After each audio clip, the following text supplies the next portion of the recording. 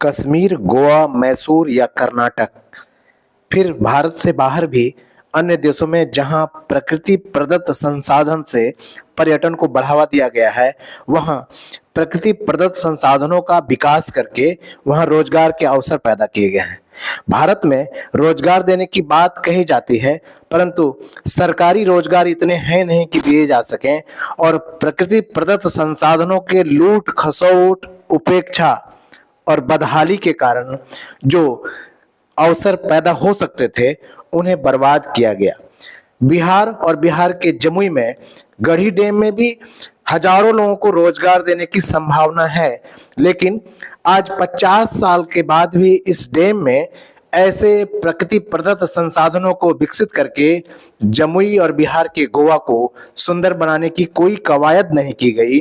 यह बताता है कि बिहार के ठगों ने और बिहार में जमुई के ठग नेताओं ने जमुई को प्रकृति प्रदत्त संसाधन के रूप में धनी होने के बावजूद बदहाली के किस कगार तक पहुंचा दिया।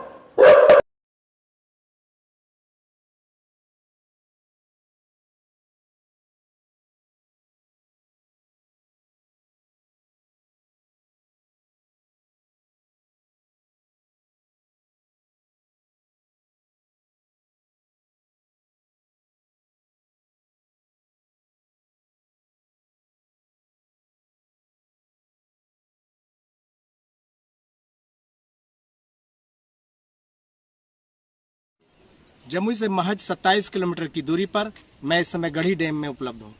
गढ़ी डैम जो 50-60 साल पहले बनाया गया था, उसके बाद कोई संसाधन और रुपया लगाकर इसको सजाने संवारने की कोई व्यवस्था स्थानीय नेताओं और बिहार सरकार ने कभी नहीं की। नतीजा यहाँ गहरा सन्नाटा पसरा है। जमुई में पर्यटन की अपार संभावनाएं हैं। मैंने आपको दिखाया था आंजन कुकुरझप जलाशय में, जहाँ ऊटी जैसा दृश्य था, वहाँ भी टूटी हुई बोट और गहरा सन्नाटा आपने देखा था। गढ़ी डैम में अगर इसको पर्यटन क्षेत्र के रूप में विकसित किया जाता तो आज 10,000 लोगों को रोजगार मिल सकता था। आप मेरे पीछे 2-3 बोट देख रहे हैं। बोट पर बैठे नाविक पर्यटक का इंतजार कर रहे हैं कि शायद दिन भर में उनको एक मजदूरी का जुगाड़ भी कहीं हो जाए, लेकिन पर्यटक इस नाव में आने वाले नहीं हैं, क्योंकि दिन भर के इंतजार के बाद आप देख सकते हैं कि लाइफ जैकेट जो मेरे बगल में रखा है, वो लाइफ जैकेट भी बंद पड़ा है, उसे खोला तक नहीं गया है। जमुई के इसी गढ़ी डैम को विकसित करके जमुई को बिहार में और बिहार को भारत में नंबर 1 किया जा सकता है। अभी आप कहाँ बैठे हैं और यहाँ कितना पर्यटक आता है, कितना लोग घूमने आता है, बताइए। 100-200 आदमी आता है। जोर से जरा बताइए। हाँ, 100-200 आदमी आता है। तो नाव पर कितने लोग घूमते हैं, कितना कमाई कुछ घूरता है, कुछ नहीं घूरता है। मजदूरी भी नहीं निकल पाता है तब। कोई दिन मजदूरी निकल जाता है, कोई दिन नहीं भी निकलता है, बैठल रहता है दिन भर। क्या कारण है कि इतना बढ़िया डैम है, सब कुछ है? तो यहाँ व्यवस्था देखिए, क्या कुछ है ना तो देखेगा कुछ मंदिर रहता है, पार्क उर्क रहता है, तब न जरा बढ़िया रहता है घूरने में। आदमी आता है, डैम घूरता है, चल जाता है जन्म था। अच्छा, यहाँ मान लीजिए जैसे आप नाव लगाए हैं, लाइफ जैकेट रखे हुए हैं, इसके बावजूद अगर कोई हादसा हो जाए तो कोई बचाने के लिए कुछ सरकार की ओर की व्यवस्था? नहीं, सरकार तो व्यवस्था है, सरकार का नाव धरल है ऐसी। नहीं, सरकार का कोई गोताखोर वगैरह यहाँ डिपुट हुआ है? नहीं, वो सब नहीं हुआ कभी नहीं। नहीं। अच्छा, आपका क्या नाम हुआ, कहाँ घर हुआ? गणेश पंडित, गढ़ी घर है। क्या आपको 400-500 रुपया भी डेली नहीं हो पाता है? नहीं, 400-500 रुपया भी नहीं? कितना नाव है यहाँ पर अभी? नाव तो है 3-4 गो नाव है, 4 ठो नाव है। ये प्राइवेट नाव है? हाँ, प्राइवेट, सब प्राइवेट। कितना लगता है नाव बनाने में आपको? नाव जैसा नाव बनाइए 40,000 50,000। और उसके साथ आप इंतजार करते हैं चलाने के लिए? हाँ, तो उपाय क्या? सरकार की नाव का क्या हुआ? सरकार का नाव ऐसी धरल है, मुख्य उद्घाटन नहीं हुआ। कहाँ पर वो नाव है? ये सामने में सर, ऐसे देखिए, गाछ वृक्ष देखिए, वो सरकार की नाव ये है? सरकार है। तो उसको चलाने वाला कोई नहीं है? कोई नहीं। कब से पड़ा है? 2 साल हो गया। मोटरसाइकिल से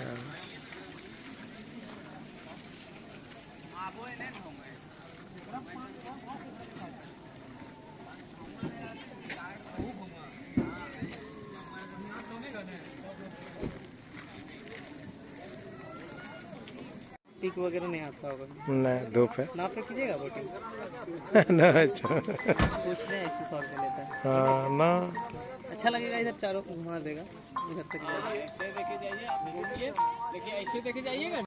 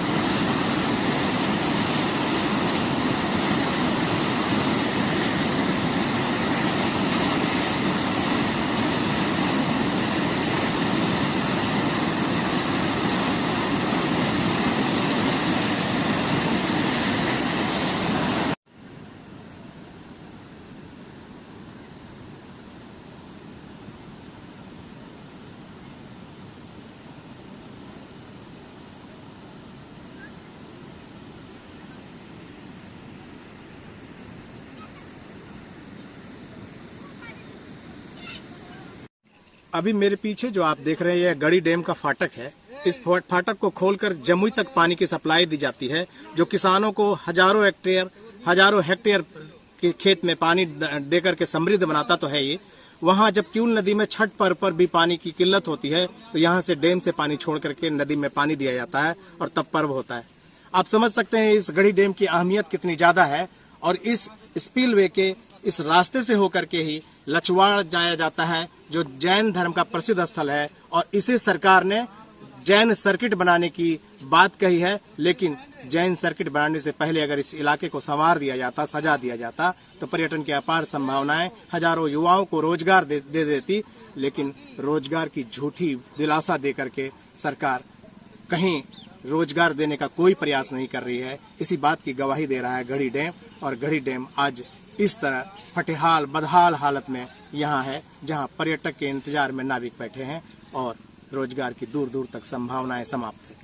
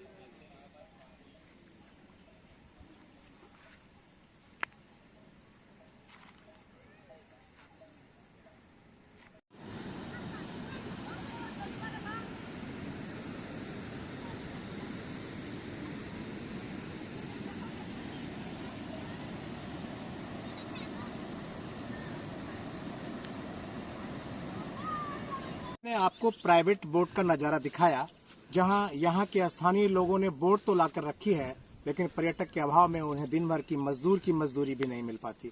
मेरे पीछे जो 3-4 बोट पड़ी है, ये सरकार की बोट है।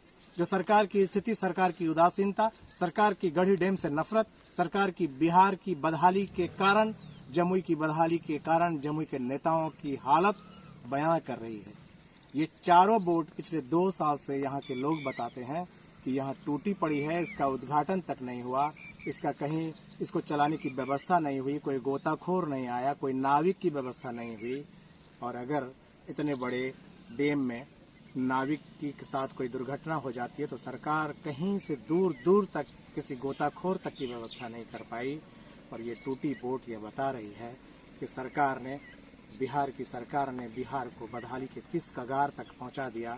जमुई और जमुई के नेताओं को, जिनको आपने चुना है, उन्होंने जमुई में प्रकृति प्रदत्त संसाधनों का भी उपयोग करके अगर रोजगार के अवसर पैदा किए होते तो अब तक आज़ादी के 70-75 साल बाद लाखों लोगों को स्वतः रोजगार मिल जाता और जमुई भारत के गिने चुने शहरों के रूप में जाना जाता, जैसे ऊटी नैनीताल को जाना जाता है।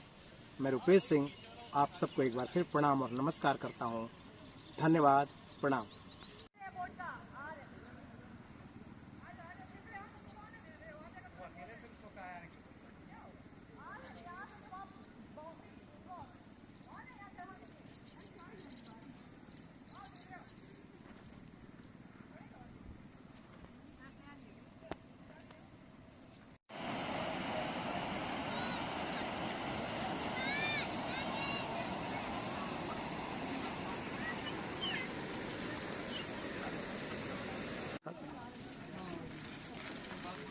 मोटरसाइकिल से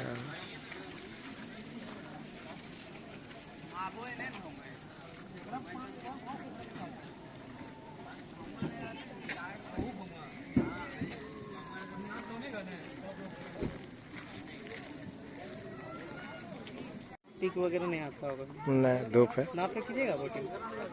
ना। अच्छा पूछ रहे हैं इसी फॉर पे लेता है। हाँ ना, अच्छा लगेगा, इधर चारों घुमा देगा इधर तक। ऐसे देखे जाइए, आप देखिए, ऐसे देखे जाइएगा।